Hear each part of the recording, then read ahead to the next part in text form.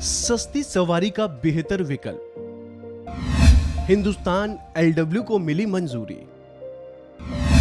जाने क्या है HAL का ये प्रोजेक्ट। DGCA ने हिंदुस्तान एरोनॉटिक्स लिमिटेड के 19 यात्रियों वाले विमान के लिए नए वर्जन को मंजूरी दे दी है। ये विमान हल्का होने के साथ साथ बहुत ही कम ऑपरेशनल लागत वाला है, जिसकी वजह से इसका घरेलू उपयोग काफी दमदार होने की संभावना है। साथ ही साथ भविष्य में इसकी डिमांड बाहर के मुल्कों से भी हो सकती है। इसके रखरखाव पर आने वाला खर्च भी कम है, जिससे इसकी लोकप्रियता ज्यादा रहने की संभावना है। सार्वजनिक क्षेत्र के उपक्रम हिंदुस्तान एरोनॉटिक्स लिमिटेड के लिए ये बहुत ही बड़ी उपलब्धि है, तो स्वदेशी अभियान के लिए भी काफी उत्साहजनक है। हिंदुस्तान एरोनॉटिक्स लिमिटेड के नए यात्री विमान हिंदुस्तान 228-201 LW को directorate general of civil aviation यानी DGCA की मंजूरी मिल गई है। हिंदुस्तान एरोनॉटिक्स लिमिटेड के यात्री विमान के नए वेरिएंट की विशेषताओं से भरा हुआ है। रक्षा क्षेत्र के सार्वजनिक उपक्रम हिंदुस्तान एरोनॉटिक्स के मुताबिक मॉडिफिकेशन की वजह से इस यात्री विमान का नया वेरिएंट सब 5700 किलोग्राम वाले एयरक्राफ्ट की श्रेणी में आ जाएगा। इसका मतलब ये हुआ कि यात्रियों को लेकर उड़ान भरने के लिए ये कई तरह से बेहतर हो जाएगा।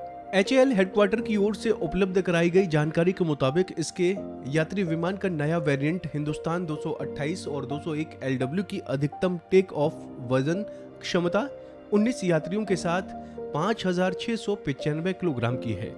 इसी वजह से ये विमान सब 5700 किलोग्राम वाले एयरक्राफ्ट की श्रेणी में आ रहा है।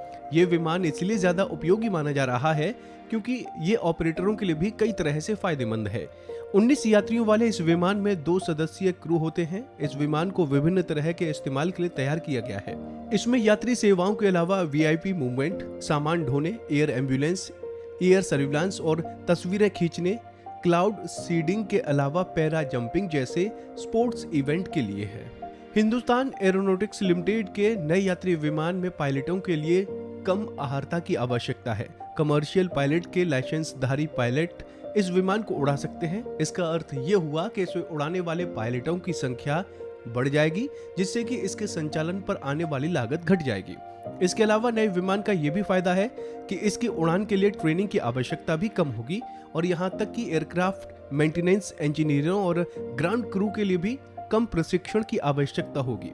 HAL की ओर से कहा गया है कि ये वेरिएंट ऑपरेटरों के लिए कई तरह से संचालन लाभ देता है, जैसे कि कम पायलट आहारता आवश्यकता, विमान उड़ाने के लिए कमर्शियल पायलट लाइसेंस, विमान के लिए पायलट पूल की उपलब्धता में इजाफा और ऑपरेशनल लागत में कमी।